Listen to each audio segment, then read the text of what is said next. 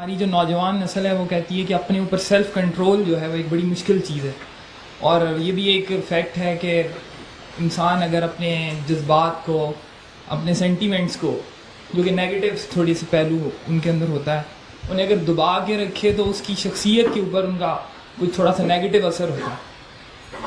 کس طرح ان کا جو اثر ہے اسے ختم کیا جا سکتا ہے؟ اور وہ کہتے ہیں، مطلب آج کل کی نوجوان نسل یہ بڑی عام طور پہ بات کہتی ہے کہ جی سیلف کنٹرول جو ہے وہ ایک بڑی امپریکٹیکل سی چیز ہے۔ جس چیز کو آپ ضبط نفس یا سیلف کنٹرول کہتے ہیں وہی تو انسانیت کا شرف ہے۔ یعنی انسان اصل میں کیا چیز ہے؟ اللہ نے اس کو عقل کی نعمت سے نوازا ہے۔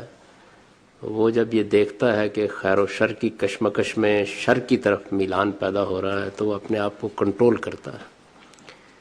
انسانیت کا اصلی امتیاز یہی ہے۔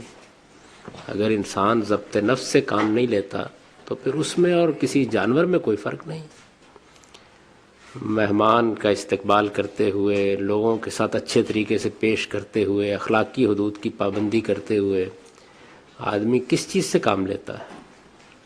اگر یہ بات مان لی جائے کہ ضبط نفس انسان کو نہیں کرنا، تو ذرا اس بات کو بڑھا کر دیکھیے کہ نوبت کہاں پہنچے گی۔ جس کے پاس طاقت ہے اس کے اندر سے اگر یہ قوت اٹھتی ہے کہ وہ دوسروں کے حقوق غصب کر لے تو کر لے گا۔ جس قوم کو اللہ تعالیٰ نے بہت قوت اور شان و شوکت دی ہے وہ دوسروں کو پامال کر ڈالے گی۔ جس آدمی کو جسمانی لحاظ سے مضبوط بنایا ہے وہ ہو سکتا ہے کہ کسی کمزور کو سڑک پر نہ چلنے دے۔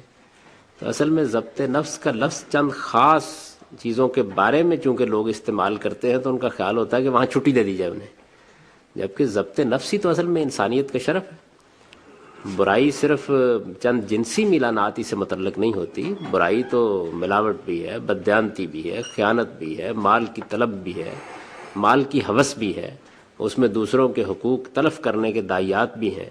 تو ان ساری چیزوں میں اگر ضبط نفس کو اٹھا لیا گیا تو رہ کیا جائے گا؟ باقی کچھ بھی باقی نہیں رہ جائے گا، پھر تو انسان جانوروں کا سا کام کرے گا۔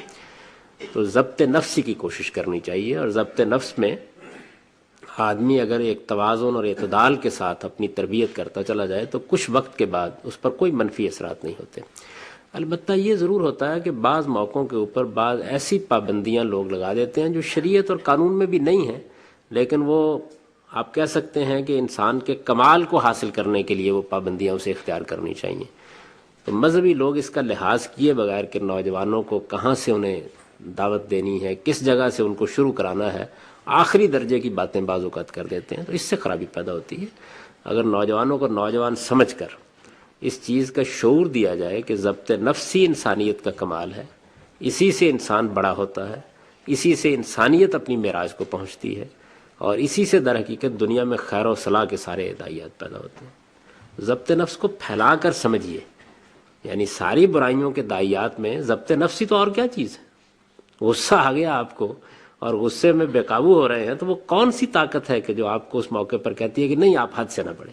کون سی طاقت؟ آپ یہ دیکھیے نا کہ رسول اللہ صلی اللہ علیہ وسلم کا بڑا مشہور واقعہ ہے کہ رستے میں چلتے ہوئے آپ نے دیکھا غالباً ابو مسعود انصاری صحابی اپنے غلام کو مار رہے تھے، تو آپ نے پیچھے سے کہا کہ ابو مسعود جتنی طاقت تم کو اپنے غلام پر حاصل ہے خدا کو تم پر اس سے زیادہ طاقت حاصل ہے۔ تو وہ نہ صرف یہ کہ رک گئے بلکہ ان کی زبان سے فوراً یہ نکلا کہ میں نے اس غلام کو آزاد کیا۔ اب ایک مظلوم کے اوپر جو کچھ ستم ہو رہا تھا اس کی قدر و قیمت کیا ہے؟ حضور نے کیا فرمایا؟ آپ نے فرمایا کہ ابو مسعود اگر اس وقت اس کو آزاد نہ کرتے تو جہنم میں جاتے۔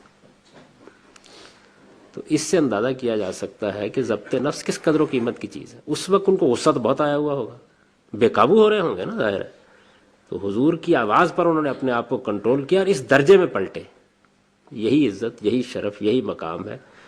جانور اور انسان میں بنیادی فرق یہ ہے۔ اس لیے ضبط نفس تو ہر حال میں ہونا چاہیے، البتہ ضبط نفس کی تربیت نوجوانوں کو بڑی حکمت کے ساتھ دینی چاہیے اور بڑی تدریج کے ساتھ دینی چاہیے، اور اس میں بھی یہ فرق ملحوظ رکھنا چاہیے کہ بڑی بڑی جو خرابیاں ہیں ان کو پہلے موضوع بنانا چاہیے اور چھوٹی چھوٹی چیزوں کو خود